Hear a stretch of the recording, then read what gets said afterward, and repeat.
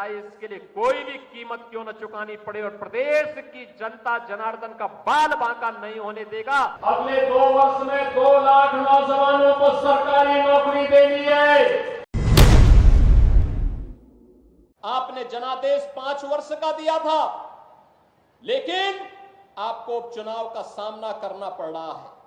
यहां का विकास बाधित हुआ है।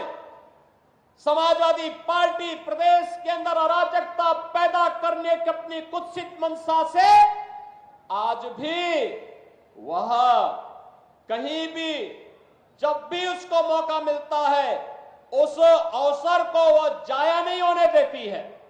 आपने भी इसके चरित्र को देखा है। अयोध्या के अंदर कैसे समाजवादी पार्टी का एक नेता वहां पर एक निषाद बेटी के इज्जत के साथ खिलवाड़ करता है, और समाजवादी पार्टी के मुखिया बेशर्मी के साथ उस बेशरम के खिलाफ कार्रवाई करने की बजाय उसका समर्थन करते हुए दिखाई दे रहे थे।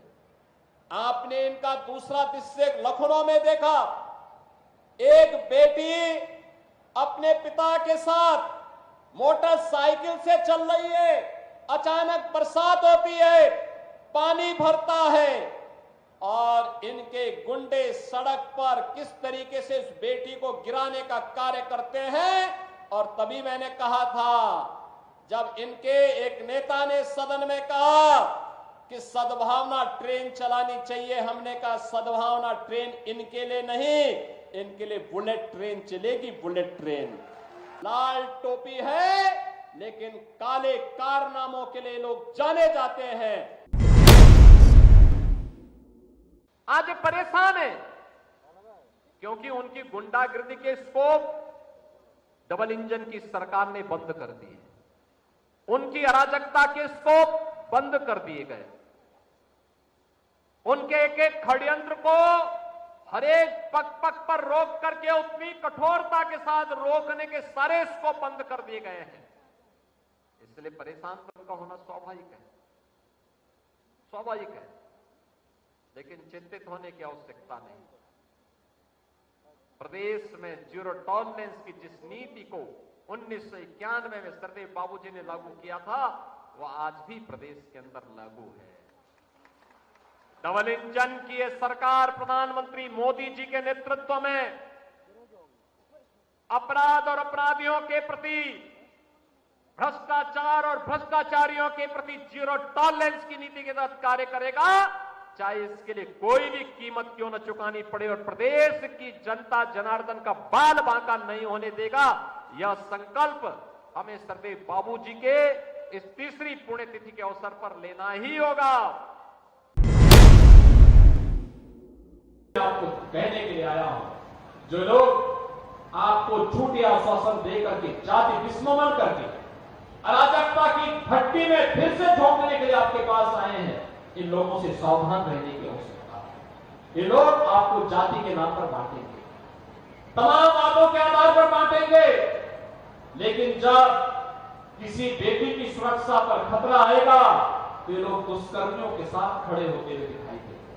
हमें ऐसे लोगों को कतई स्वीकार नहीं करना है, जो हमारे विकास में बाधक हो, सुरक्षा में खतरे के लिए खतरा पैदा होते हो, जो किसान अन्नदाता किसान के बेहतर भविष्य में बाधक हो, ऐसे लोगों को हम कतई आगे न बढ़ने दें। बहनों और भाइयों, राष्ट्र से बढ़कर के कुछ नहीं हो सकता, कुछ नहीं हो सकता। और राष्ट्र तब सशक्त होगा जब हम एक रहेंगे, नेक रहेंगे, तभी नेक रहेंगे।